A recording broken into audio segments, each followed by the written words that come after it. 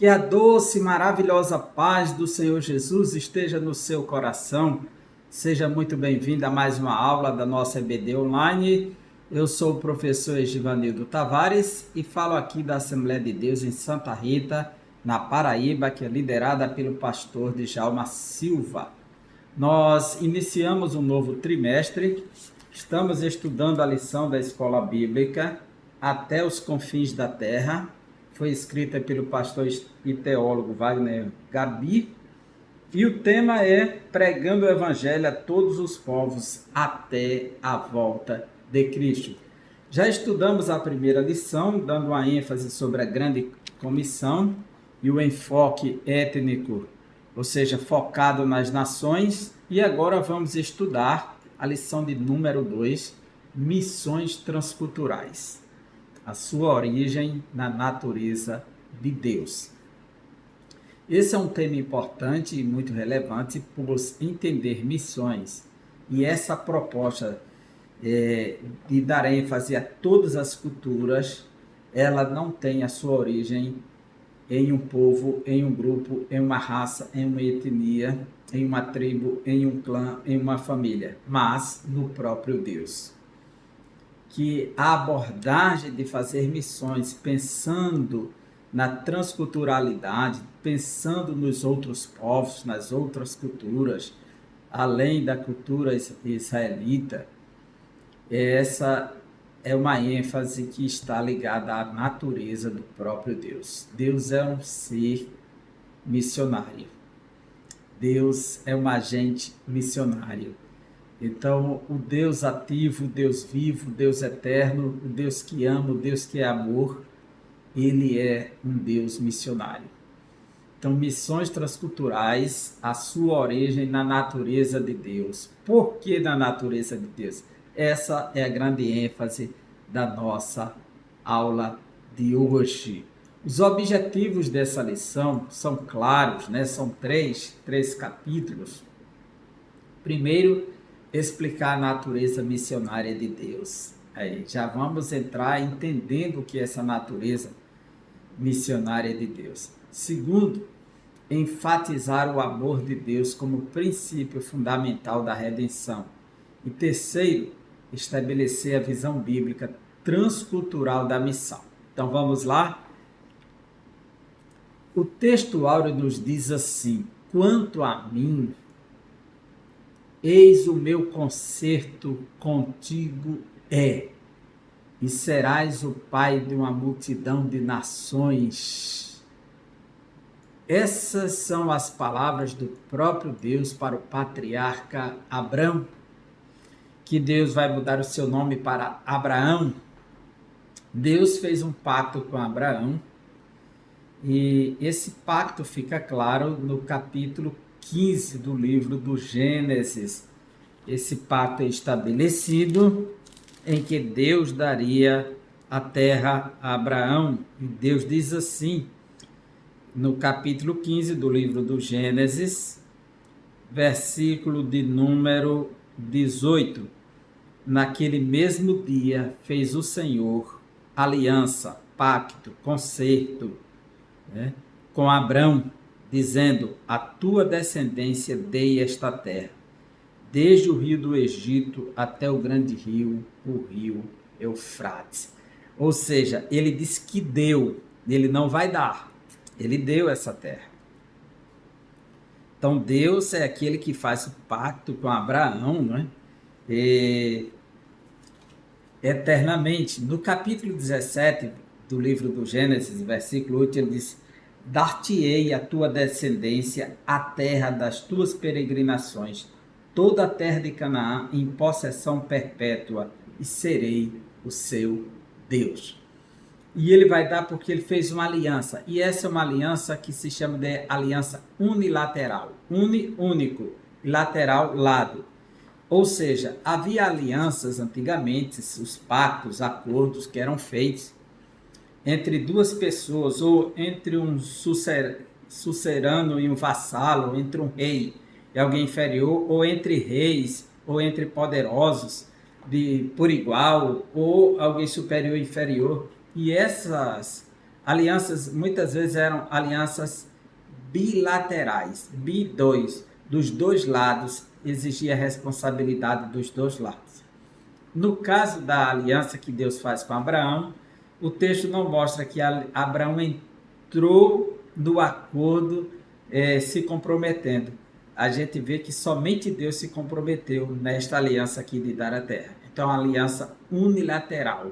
Essa é uma leitura feita por grandes intérpretes e eu estou apenas repetindo-a, que esta é uma aliança unilateral. E Deus vai dizer a Abraão, no capítulo 17, quando o Senhor aparece a Abraão, ele está às vésperas de ser pai, né? Deus vai prometer a ele logo em seguida que ele será pai. Ele está com 99 anos de idade. E Deus aparece e muda o nome dele de Abrão para Abraão e diz: quanto a mim, eis o meu concerto contigo. Esse é o meu pacto contigo. Esta é a minha aliança contigo. E serás o pai de uma multidão de nações. Quer dizer, no pacto de Deus com Abraão, envolve multidão de nações. Não é uma nação. Quer dizer, o acordo de Deus com Abraão é envolver, debaixo da bênção de Abraão, todas as nações. Multidão de nações. Porque tantas nações dos dias de Abraão, quanto as nações através dos séculos, nações que deixaram de existir, quanto dos tempos modernos. Então, Deus diz para ele que ele será pai de uma multidão de nações. E como Abraão será pai de uma multidão de nações? Por meio da fé. Quem crer no Deus de Abraão se torna filho de Abraão. Não interessa a etnia, a nação, o povo, o grupo. Por isso que Paulo vai dizer no capítulo 4 da carta aos Romanos que Deus fez um pacto com Abraão pensando não só em Abraão, mas também em nós, ou todos os outros povos. E Paulo está escrevendo aos Romanos, então ele se envolve judeus e romanos, nós. Veja o capítulo 4 da carta aos Romanos. Diz assim, versículo de número 21 a 24. E estando plenamente convicto de que ele era poderoso para cumprir o que prometera, Abraão está convicto que Deus é poderoso para cumprir o que prometeu a ele, que ele seria pai de multidões. Pelo que isso lhe foi também imputado para a justiça. E não somente por causa dele está escrito que lhe foi levado em conta o que? A fé de Abraão que o justificou, mas também por nossa causa. Porque, posto que a nós igualmente nos será imputado, a saber, a nós que cremos naquele que ressuscitou dentre os mortos, a Jesus, nosso Senhor, o qual foi entregue por causa das nossas transgressões e ressuscitou por causa da nossa justificação. Então, a justiça que Deus implantou para Abraão não envolve só Abraão, mas todos aqueles que creem. E assim todos se tornam filhos de Abraão pela fé. Ainda nesse capítulo 4 de Romanos, versículo 18 diz assim: Abraão, esperando contra a esperança creu, para vir a ser pai de muitas nações, segundo lhe fora dito, assim será a tua descendência. Ou seja, ele creu e ele seria pai de muitas nações, não apenas de uma nação, né? E alguns acham que Abraão se tornou apenas o pai dos árabes, através de Ismael, que não é verdade, é muito mais do que isso, né? No capítulo 4 de Romanos, versículo 16, Paulo nos diz assim: essa é a razão porque provém da fé, para que seja segundo a graça. a fim de que seja firme a promessa para toda a descendência, não somente ao que está no regime da lei, mas também ao que é da fé que teve Abraão, porque Abraão é pai de todos nós. Ou seja, sem distinção, Abraão se torna o pai de todos. Todos os que creem, porque Abraão é o pai da fé. Então Deus faz um concerto que Abraão será pai de multidão de nações. E a gente vê nas cartas do Novo Testamento como as cartas são endereçadas. Na carta de Pedro se abre dizendo aos irmãos que estão na Capadócia, Icônio, Listra, Derbe. Então tem muitos povos, né? Paulo saiu pregando na Ásia Menor, Derbe, Listra, Éfeso, pregou na Europa, Filipos, Tessalônica, Bereia, Atenas, Corinto, então Hierápolis, Creta, Chipre, todos esses locais e Roma ouviram o Evangelho. Então o Evangelho é para todas as nações. A verdade prática nos diz: o amor de Deus é a verdadeira motivação do crente para realizar a obra missionária. Quer dizer, sem amor ninguém faz missões. Esse é o primeiro ponto, assim, é o ponto de partida. E o amor é inerente à natureza de Deus. Então, quem tem Deus desfruta desse amor e precisa doar esse amor para as nações, para os perdidos. A nossa introdução nos diz: a palavra transcultural, que é transpor a cultura, traz a ideia de um trabalho missiológico que transpõe as barreiras da cultura de um povo ou civilização para apresentar o amor de Deus. Isso implica a interação com todos os grupos étnicos da Terra, com os diferentes aspectos da vida das pessoas. Então, na lição desta semana, veremos que Deus escolheu uma família para, por meio dela, alcançar todas as famílias da terra. Este processo se deu por Abraão, sua família, a nação de Israel, a pessoa de Jesus e, finalmente, a igreja. Assim, contemplaremos a natureza missionária de Deus, bem como o caráter do seu amor, como a base de toda a prática missionária dos cristãos. A partir do momento que o homem peca, Deus já faz uma promessa e ele diz para a mulher que vai levantar o descendente da mulher. Quando nasceram os irmãos Caim e Abel, Caim matou Abel, e Deus deu outro filho a Adão e Eva, chamou Sete. Da descendência de Sete veio Noé. Da descendência de Noé veio Sem, que gerou os semitas. Da descendência de Sem veio Abraão. De Abraão veio Isaac. De Isaac veio Jacó. De Jacó vieram as 12 tribos, entre elas Judá. Dela veio Davi. Davi vai até Jesus, o descendente de Davi, da família de Davi. De Jesus, a salvação para o mundo. A igreja está apenas cumprindo a missão de levar aquilo que Cristo fez, realizou, processou. E ele disse: quem recebe a um de vós agora, recebe a mim. Quem recebe a igreja, recebe a Cristo. A natureza missionária de Deus. A natureza missionária de Deus no chamado de Abrão. O chamado de Abrão, ele se dá em 2 momentos, certo? O primeiro se dá na cidade de Ur dos Caldeus. Ur dos Caldeus, que isso aqui, Ur, está aqui, a cidade de Ur, na região sul da Mesopotâmia, está Ur dos Caldeus, nessa seta de baixo, certo? Você me acompanha aí. Está Ur. É de lá que Deus vai chamar Abrão. Isso está escrito em Gênesis capítulo 11. A Bíblia vai dizer que ele vai sair com a família, seu pai também. Versículo 31. Tomou Terá a Abrão, seu filho, a Ló, filho de Arã, filho de seu filho, a Sarai, sua nora, mulher de seu filho, Abrão, saiu com eles de Ur dos Caldeus para ir à terra de Canaã. Foram até Arã, onde ficaram. O capítulo 15 do livro do Gênesis vai nos dizer, versículo 7.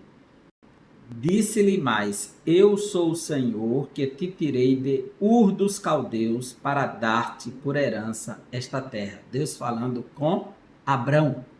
Eu sou o Senhor que te tirei de Ur dos Caldeus. Ele não tirou de outro lugar, foi de Ur. Então, quando Abrão partiu de Ur e veio até Arã, que seu pai também veio aqui em Arã seu pai vai morrer, Terá, e é daqui que vai acontecer a segunda chamada, que é Gênesis capítulo 12, que ele vai sair de Arã e não de Ur. Na primeira chamada que Abrão recebeu, que Deus se revelou para ele, que o próprio Deus evangelizou Abraão, não outro, o apóstolo Paulo, escrevendo na carta aos Gálatas, ele nos informa que Deus evangelizou Abrão. Capítulo 3, versículo 8. Ora, tendo a Escritura previsto que Deus justificaria pela fé os gentios, pré-anunciou o evangelho a Abraão: em ti serão abençoados todos os povos. Então, o próprio Deus anunciou o evangelho a Abraão, não outro. Então, Deus anunciou o evangelho a Abraão aqui em Ur. Provavelmente ele comunica para sua família e seu pai disse: nós vamos também. O pai estava vivo, era o patriarca, conduziu a peregrinação até Arã, ou Harã. Quando o seu pai morre aqui em Harã, Deus vai aparecer para ele a segunda vez.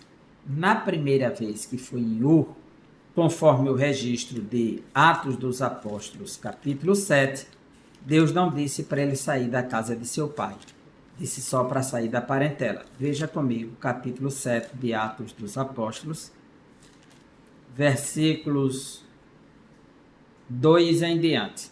Estevão respondeu: varões, irmãos e pais, ouvi, o Deus da glória apareceu a Abrão, nosso pai, quando estava na Mesopotâmia, antes de habitar em Arã, ou seja, estava em Ur, na Mesopotâmia, quando Deus lhe apareceu.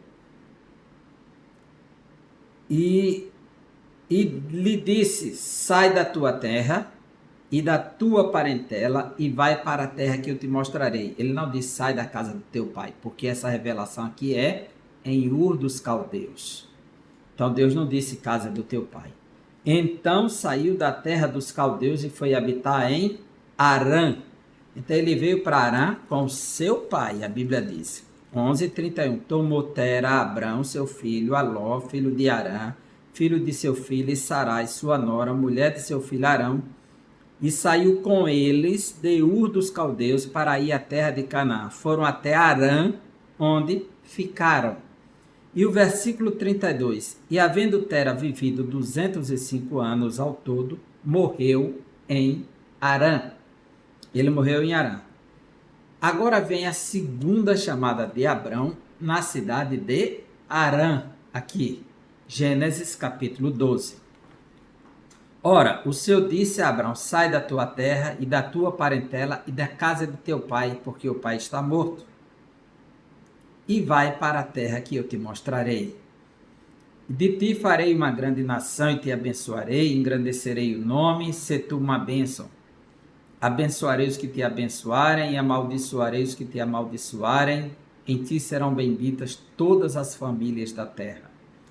Partiu, pois, Abrão, como lhe ordenara o Senhor, e Ló foi com ele. Tinha Abrão 75 anos quando saiu de Arã.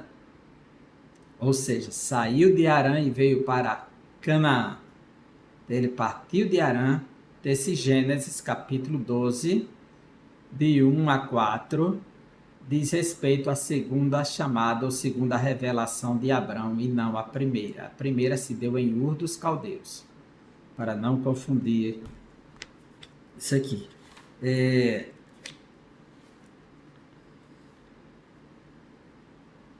A natureza missionária de Deus no chamado de Abrão, né? sai-te da tua terra, revela uma ordem, um chamado de Deus para Abrão ir ao lugar. A princípio, ele não conhecia, conforme Hebreus 11:8. Isso aqui diz respeito à segunda revelação, né? Junto com essa ordem veio uma promessa: em ti serão benditas todas as famílias da terra. Essa promessa diz respeito a uma bênção espiritual para o mundo por meio da descendência de Abraão. Para o mundo e não para a descendência de Abraão. Essa bênção é para todos.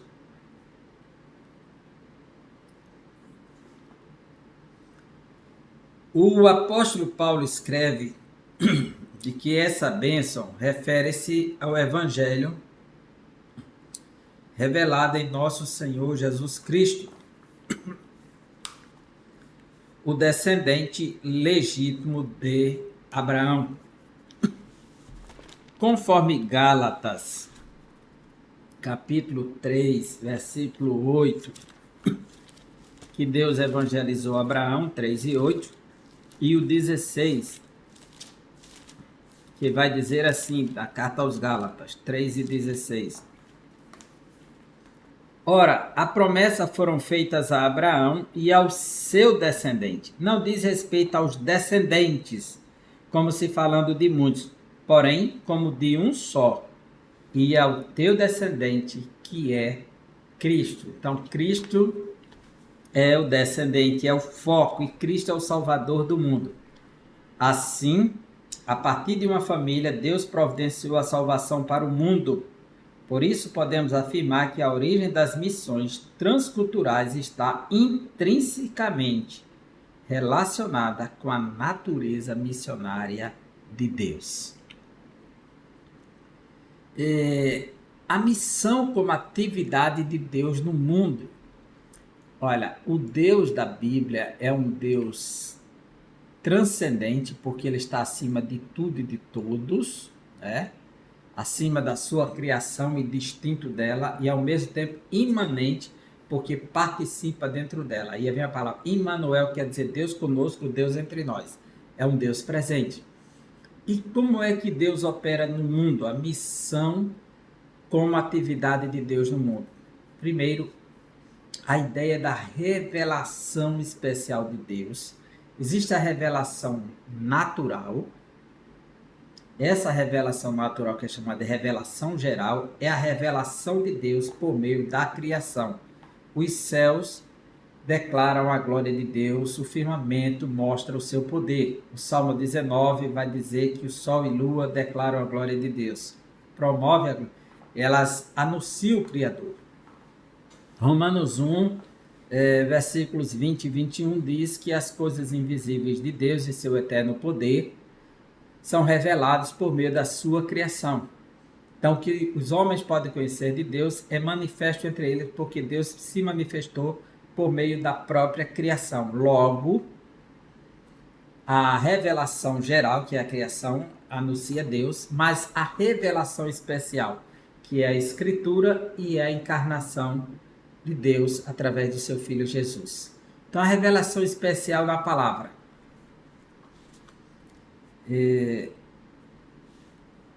Para conhecermos a missão como atividade de Deus no mundo, é preciso voltar à revelação especial, que é a que o próprio Deus fez na sua palavra. O capítulo 17 de Gênesis nos mostra o Deus soberano e excelso que se relaciona com o ser humano limitado. Quer dizer, Deus fala com Abraão, se comunica com Abraão, existe essa revelação dele, e ele está dando a sua palavra ao próprio Abraão. Então Deus está se revelando por meio da sua palavra e confirmando as suas alianças. Ele tem tanto zelo pela sua promessa que trocou o nome de Abrão para Abraão, a fim de reafirmar a sua aliança que ele já fez. A aliança com Abraão, que são reveladas de forma progressiva, elas representam uma só aliança, que é chamada de aliança eterna. A mesma aliança que Deus fará com Isaac, seu filho, e com Jacó é representada como uma única aliança, aliança eterna com Abraão. O estudo das alianças nos mostra isso. Aqui fica claro que a missão como atividade de Deus no mundo, ele mesmo e não outro, é o maior protagonista dessa atividade missionária, porque é ele que está indo, é ele que está prometendo, é ele que está fazendo, é ele que está se relacionando. Então ele mostrou isso através da sua revelação especial por meio da sua palavra e como ele mesmo protagonizou a realização desses atos para atingir as nações ao fazer aliança com Abraão. Então Deus é o protagonista desse processo, dessa atividade missionária no mundo. Então, o nosso modelo missionário. Qual o nosso modelo, nosso padrão, paradigma que devemos nos apegar? Primeiro, não está em figuras históricas. Nós podemos citar grandes nomes da história de missões, como os irmãos morávios, que foi um grande exemplo, né? Você pode ter missionários como John Wesley, e ter missionários como Moody,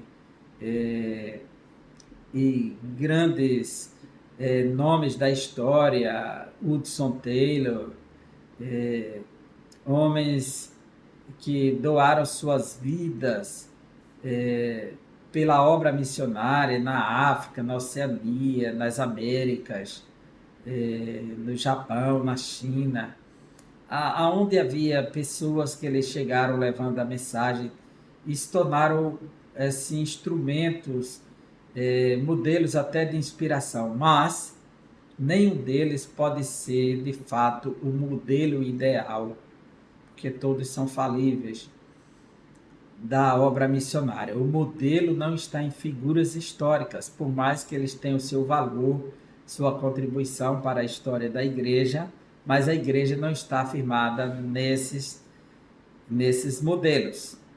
Ela está firmada no próprio Deus, que demonstrou amor ao procurar o homem quando pecou. O próprio Deus vem ao encontro do ser humano em Gênesis capítulo 3 e não outro.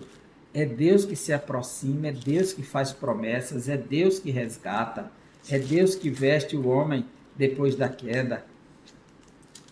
É Deus quem promete o descendente da mulher. Então, o próprio Deus, veja como Deus adota esse plano missionário.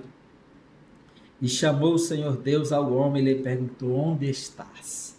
É Deus à procura do homem. Onde estás? Isaías 55, versículo 4. Veja o que Deus diz. É um chamado que ele faz para a humanidade. Ele chama os homens a comprar sem dinheiro pão e leite. Ele chama os homens ao arrependimento, a buscá-lo enquanto é tempo, antes que venham os maus dias. Então, Isaías 55, versículo 4, ele nos diz: eis que eu o dei por testemunho aos povos, como príncipe e governador dos povos. E ele deu isso tudo a Davi, para que Davi representasse o Messias, né? O versículo anterior vai dizer que são as bênçãos que ele deu para Davi. Então, o nosso modelo missionário está no próprio Deus. É ele o grande protagonista da ação missionária no mundo. E é por meio dele que seguimos e nos fundamentamos para fazer missões, as missões transculturais. Porque ela está dentro do coração de Deus. Deus está à procura dos povos. E o amor de Deus como princípio fundamental da história da redenção. A Bíblia diz que Deus é amor. Quer dizer, a natureza de Deus, a essência de Deus é amor. Então, não tem como não entender essa base sem pensar nesse amor de Deus como princípio fundante, como princípio norteador desta missão. Então, o próprio Deus que se apresente, ele é o princípio fundamental da história da redenção. Então, o amor de Deus. No Antigo Testamento está claro quando Deus projeta salvar todos os homens. A Bíblia mostra que Deus é amor. Em 1 de João 4, versículos 8 e 16, vai dizer que Deus é amor. E aquele que diz que está nele precisa aprender a amar.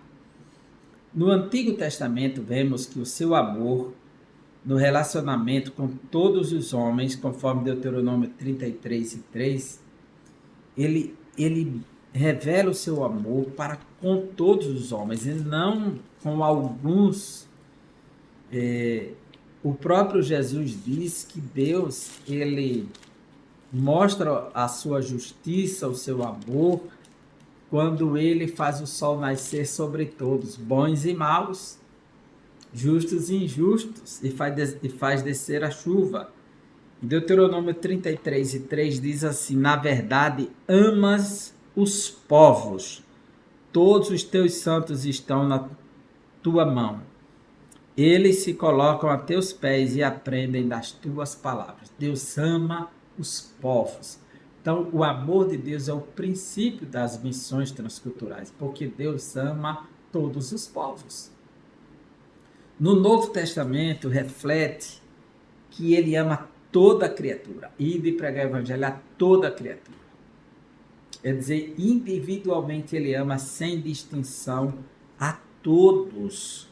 Esse amor de Deus por todas as criaturas é afirmado e ampliado em João 3,16, porque Deus amou o mundo de tal maneira que deu seu Filho unigênito, para que todo aquele que nele crer não pereça, mas tenha a vida eterna. É um amor universal. É um amor, embora Jesus esteja certo que nem todos aceitarão o seu chamado, né? A Bíblia diz que este é o sangue derramado por muitos, porque nem todos serão alcançados por conta da rebelião do seu coração. A redenção no Antigo Testamento. No Antigo Testamento nós temos um modelo de redenção. A palavra redenção, que é resgatar, livrar o escravo, ou seja, pegar um escravo, alguém que está preso e libertá-lo. Isso é revelado quando Deus ordena a libertação do escravo no ano do jubileu. Levítico 25, 48 a 55 mostra que a cada 7 anos o povo de Israel tinha que fazer um ciclo e renovar a terra, libertar escravos, e a cada 49 anos, que é de 7 em 7, no 50º ano, quando completasse 50 anos, que era o ano do jubileu, era um ano de libertação, era um ano de redenção, resgate, era a recuperação do campo, restaura as terras que vendeu porque não tinha condições e agora não tem condições de resgatar, era devolvida obrigatoriamente. Era o resgate de um macho primogênito, quer dizer, o filho primogênito podia ser resgatado, a redenção. Era o resgate de alguém que seria condenado à morte. Então, a mensagem da redenção, ela está no Antigo Testamento, está lá entranhada no Antigo Testamento. E tudo isso revela o amor de Deus, que oferece misericórdia aos que estão oprimidos, os que estão cativos, os que estão presos, que estão aprisionados a uma situação do qual não conseguem sair. E a pior das situações é o pecado. E é por isso que tudo isso representa a redenção, o resgate, a libertação de Deus. E tudo isso está fundamentado em uma expressão: amor. O amor de Deus. O amor constrangedor. O amor transformador. O amor libertador. Além disso, a Bíblia mostra também Deus agindo de forma redentora em favor do homem. Quando Jacó invoca, ele diz: o anjo que me livrou de todo mal. Quer dizer, Jacó invocou o Senhor e disse que o anjo livrou de todo mal. Quando Deus declara a intenção de livrar Israel da servidão do Egito, e vos resgatarei com braço estendido. Quer dizer, tirar a sua nação do Egito. Era um resgate. Tudo isso vai revelando o grande amor de Deus. E a redenção no Novo Testamento, que é o marco, é o clímax, é o ponto mais elevado de tudo, está no Novo Testamento. Uma atividade divina realizada por Jesus Cristo. Isto é, Deus estava em Cristo reconciliando consigo o mundo. Quer dizer, na cruz, a redenção ganhou forma, atingiu o ponto máximo, que na cruz Jesus se doa pelos nossos pecados. Na cruz ele se entrega pela nossa escravidão. No Novo Testamento, a redenção é estritamente uma atividade divina que é realizada por meio de Jesus Cristo. Efésios 1:7, a Bíblia diz: Deus propôs no sangue de Cristo essa redenção. Gálatas 3:13, ele nos liberta da maldição da lei, nos redime dela. Nesse caso, a remissão do pecador é assegurada com base no preço do resgate pago a Deus Pai por Jesus Cristo em sua morte na cruz. Então, ele morreu porque a graça se é manifestada trazendo salvação a todos os homens, e convida os homens a ensinar a deixar a vida ímpia, injusta e imoral e a viver de acordo com a mensagem da redenção. Essa redenção está registrada em Hebreus 9:12, 1 Pedro 1:18-19, fomos comprados por alto preço, cuja obra redentora é declarada no Novo Testamento o tempo todo. Hebreus 9:25-28, está claro que não deixe de congregar, como é costume de alguns, né?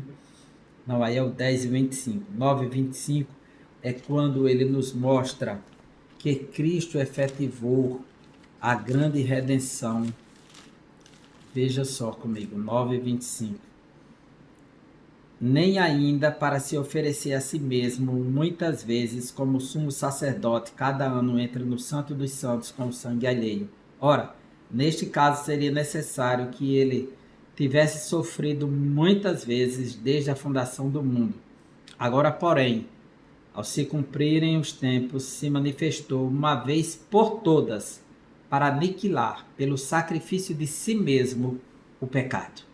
E assim, como aos homens está ordenado morrer uma só vez, vindo depois disso o juízo, assim também Cristo, tendo se oferecido uma vez para sempre, para tirar os pecados de muitos, aparecerá a segunda vez sem pecado aos que o aguardam para salvação. Então, já está efetivado a obra de redenção em Cristo Jesus. Portanto, o plano de redenção do pecador é o glorioso anúncio da obra missionária que está fundamentada no amor de Deus. A visão bíblica do caráter transcultural da missão. Qual é essa visão? Essa visão, ela parte de Deus, passa para Israel, de Israel para a igreja. Veja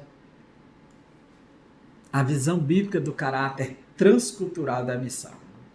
Um Deus missionário. Então começa com Deus. Esse Deus, ele foca em toda a humanidade. O Antigo Testamento revela um Deus missionário. No livro do Gênesis, Deus trata não somente com uma nação específica, mas com toda a humanidade. A queda do homem, o dilúvio, a eleição de um povo para abençoar e todos os demais após a Torre de Babel. Nesses textos, a falha do homem está caracterizada, bem como o juízo de Deus e a sua promessa. Assim, o Deus missionário estabeleceu uma estratégia de abençoar a todos os povos por meio de Abraão. Em ti serão benditas todas as famílias da terra, todos os povos da terra. Assim, toda a humanidade está em foco, todas as famílias serão abençoadas por meio de Abraão. Quando ele creu, todo aquele que crê como Abraão se torna filho de Abraão, entra na família de Abraão, entra na família de Deus, se torna povo de Deus. Experimenta o novo nascimento. Então, Deus é o Deus missionário. Nós podemos ver no Antigo Testamento diversas vezes como Deus ele levanta seus profetas para anunciar às nações, né? Nós vamos ver Isaías profetizando para diversas nações, Ezequiel, Jonas, e as nações estão debaixo da promessa de Deus. As nações o verão e se alegrarão, conhecerão a sua glória. Então tem muitas promessas para as nações, pois Deus é um Deus missionário. A escolha de Israel e sua missão. Israel foi escolhida como nação para ser testemunha de Deus. profeta Isaías 43, versículo 10 diz: Vós sois as minhas testemunhas, para que saibais, entendais e me creais que eu sou, e que antes de mim nenhum Deus se formou e depois de mim nenhum haverá. Então, Israel é a nação testemunha de Deus. Deus operou diversos sinais para resgatá-lo do Egito, como dentro da terra, Deus operou poderosos sinais libertando dos seus opressores, dos inimigos, das nações em derredor, que muitas vezes subjugavam Israel por conta das suas fraquezas. Mas Deus sempre levantou Israel para ser testemunha para as nações.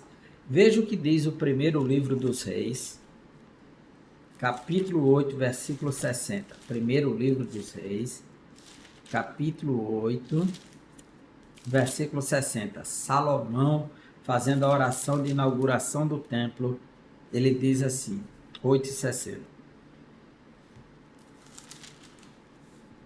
Para que todos os povos da terra saibam que o Senhor é Deus e que não há outro. Todos os povos da terra saibam que o Senhor é Deus. Então Israel, ele construiu uma casa para mostrar para as nações quem era Deus. Para que todos os povos soubessem que só existe um Deus. O Salmo 100 diz que todos os povos da terra devem celebrar ao Senhor com júbilo e apresentar-se a Ele com cantos, todos os moradores da terra, então todas as nações. Ainda no primeiro livro das Crônicas, capítulo 16, a gente vê como a ênfase missiológica universal está presente no Antigo Testamento. Capítulo 16, versículo 24. Olha o que diz. Anunciai entre as nações a sua glória, e entre os povos as suas maravilhas. Versículo 24. Versículo 30. Tremei diante dele todas as terras, pois ele firmou o mundo para que não se abale. Então o convite é que todos tremam diante do Senhor. E 33, no mesmo capítulo. Regozijem-se as árvores do bosque na presença do Senhor, porque vem a julgar a terra. Ou seja, não é um só lugar, é a terra. Então, assim como ele chama para reconhecê-lo, chama para se arrepender, chama para temê-lo, também anuncia que ele irá julgar a terra. Então, Deus, o caráter transcultural da missão começa com Deus, é entregue a Israel, a nação que Deus formou a partir dos lombos de Abraão, e agora a igreja, que é a união de judeus e gentios em Cristo Jesus. Então, a escolha da igreja, primeiro, se dá pelo fracasso de Israel. Jesus veio para os seus e os seus não receberam, mas todos quantos o receberam, esses receberam o poder de se tornarem filhos de Deus. O Senhor Deus sempre desejou que os gentios fossem levados à cruz, que os gentios conhecessem a luz, a salvação por meio de Cristo é o cumprimento divino da promessa dada a Abraão de abençoar todas as famílias da terra. Embora Israel tenha fracassado em seu ministério transcultural, intercultural é no meio das culturas, e transcultural é além da cultura. Deus transferiu esse ministério missionário aos filhos do Novo Testamento, que é a Igreja de Deus. E essa igreja envolve judeus e gentios. Essa igreja herdou uma incumbência divina, sendo chamada a participar com Deus na evangelização do mundo. Então, a igreja ela recebe a grande comissão para realizar missões no mundo. A grande comissão. Se você é a igreja, se nós somos a igreja, então nós temos esta incumbência. Enfim, Conclusão da nossa lição. Vimos a natureza missionária de Deus desde o início da Bíblia. Quando Deus, a partir de Adão e Eva, promete o descendente da mulher. A partir de uma família, Deus planejou a salvação para toda a humanidade. Então, Deus deu a Adão sete da sua descendência veio Noé, Noé gerou 100, de 100 veio Abrão, Abrão Isaac, Isaac Jacó, Jacó Judá, Judá Davi, Davi Jesus. Veja como Deus está cuidando dessa história, dessa linhagem, para trazer a salvação para todos os povos. Isso revela que o plano redentor de Deus está fundamentado no seu excelso e glorioso amor pelo mundo todo, né? Ele amou o mundo. E é esse amor que estimula a Igreja de Cristo a levar a sério a obra missionária até que o Senhor Jesus volte. Deus não desistiu do pecador, por isso ele conta conosco, pois é a sua vontade que todos os homens sejam salvos. Essa é a vontade dele, inquestionavelmente. Ele quer. Nem todos serão salvos, mas a vontade de Deus é que sejam. E Deus tem o poder de salvar? Tem. Mas ele chama para que os homens respondam ao seu chamado eficaz. Ele ilumina a mente e o coração para que entendam o que é a sua vida de pecador e sejam capacitados a responder os seus chamados ou a rejeitar o seu chamado. E nós finalizamos aqui esta linda lição, Missões Transculturais, a sua origem na natureza de Deus. E até a próxima aula, se Deus assim nos permitir. Um grande abraço.